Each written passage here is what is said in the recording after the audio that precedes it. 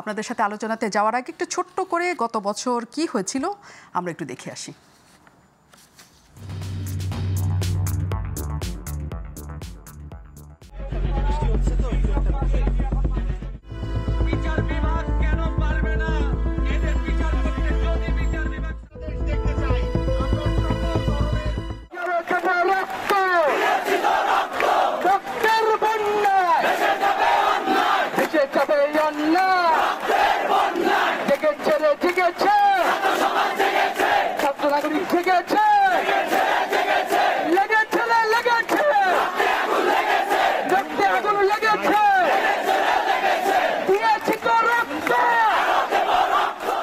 সেই এক দফার উদ্দেশ্যে আমাদের এক দফাটি হলো শেখ হাসিনা সহ এই সরকারের পতন এবং ফ্যাসিবাদের বিলোপ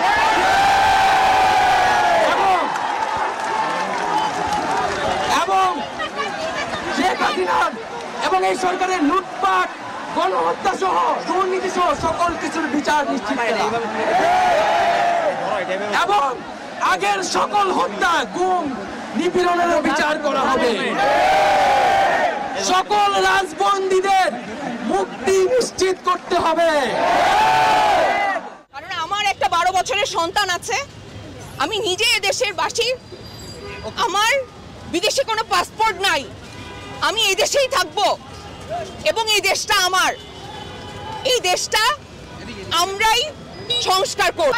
অনেক অনেক ধন্যবাদ এখানে আমাদেরকে যারা এতক্ষণ, যারা আমাদের দৃশ্য মাধ্যম শিল্প সমাজ, আমরা যারা এখানে এক সাথে হয়েছি তাদের সবাইকে ধন্যবাদ। একদম শেষে আজমিরি হক বাঁধনকে আমরা দেখছিলাম এবং অনেক আলোচিত হয়েছিলেন তখন, এই সময় অনেক আক্রমণের শিকার হয়েছিলেন, এখনও হন।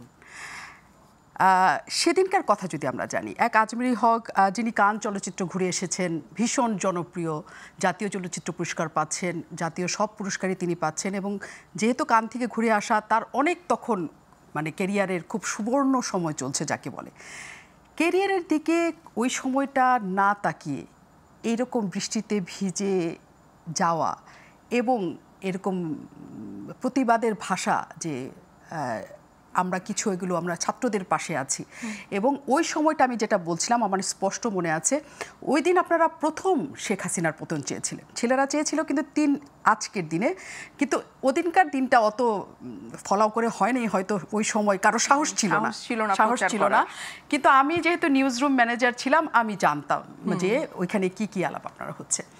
শুরুতে আপনার কাছ থেকে আমি শুধু জানতে চাই যে ওই যে মানে একদম কেরিয়ারের সবচেয়ে স্বর্ণ সময় পার করার মেয়েটা হঠাৎ করে কেন মনে হলো যে আমি এই জায়গায় যাব? আগের থেকেই পরিকল্পিত ছিল, কেউ উদ্বুদ্ধ করেছিল, নাকি এটা শুধু নিজের তাড়না ছিল?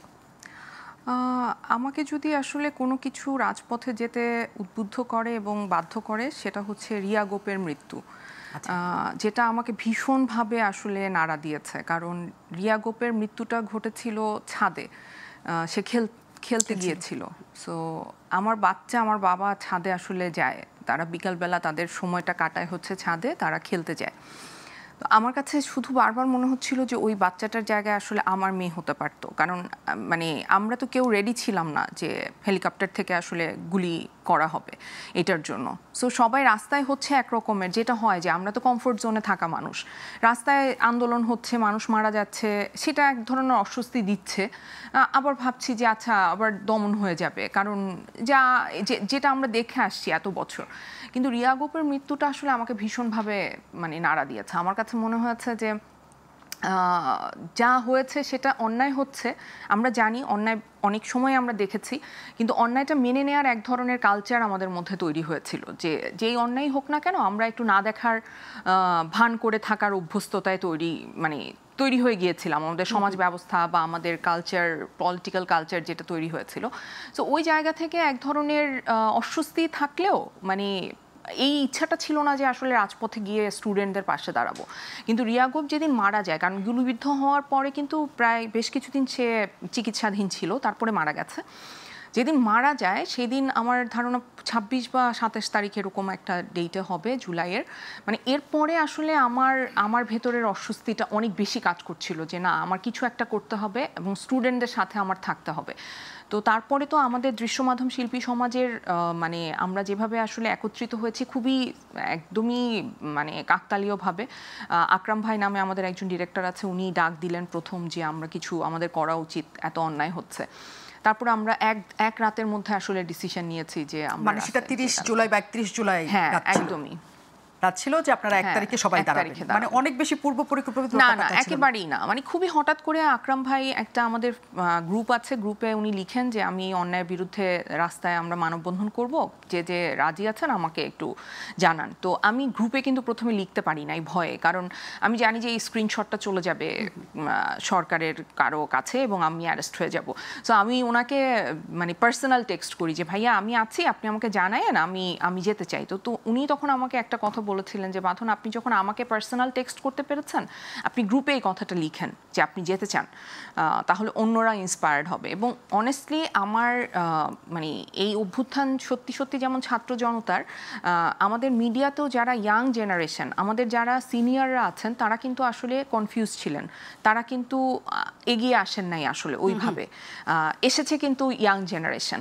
সো আমি ওদের কাছে সবচাইতে গ্রেটফুল, কারণ ওরা এক রাতের মধ্যে, এবং ওই রাতটা আমার জীবনের একটা স্মরণীয় রাত, কারণ মানে প্রত্যেকটা ইয়াং ছেলে মেয়ে এমনভাবে আসলে তাদের মনের ক্ষোভ প্রকাশ করছিল যে ওরা রাগে ক্ষোভে ফেটে পড়ছিল যে এতদিন আপনাদের কেন লাগলো, এতদিন পর কেন আপনারা বলছেন যে আপনারা রাস্তায় যাবেন, আরও আগে যাওয়া উচিত ছিল, এইভাবে এত অন্যায় হচ্ছে, এত অবিচার হচ্ছে।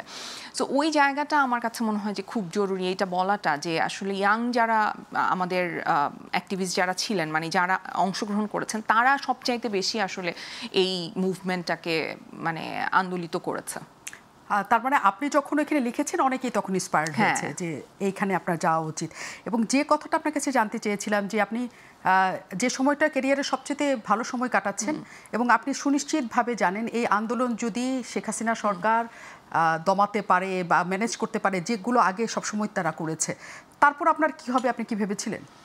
ওই মুহূর্তে আসলে আমি ভাবতে পারি নাই। এটা আমি যখন এখনো চিন্তা করি যে আসলে যদি না যেত তাহলে আমার কি হতো, কারণ মানে কিন্তু আমার কাছে মনে হয় যে একটা আমি আসলে মানে আমার যে life journey, personal life journey, সেটা আসলে আমাকে অনেক কিছু শিখিয়েছে। তো সময়ের সাথে আমার অনেক চিন্তার পরিবর্তন হয়েছে, আমি অনেক বেশি রিফর্মড হয়েছি। সো সেই রিফর্মেশনের একটা পার্ট হচ্ছে যে আমার একটা সত্তা ছিল যখন আমি অনেক ভয় পেয়ে আসলে বেঁচেছিলাম। তো তারপরে একটা সময় পার হওয়ার পর আমি কিন্তু আসলে ভয়ের জায়গা থেকে বের হয়ে আসতে পেরেছি।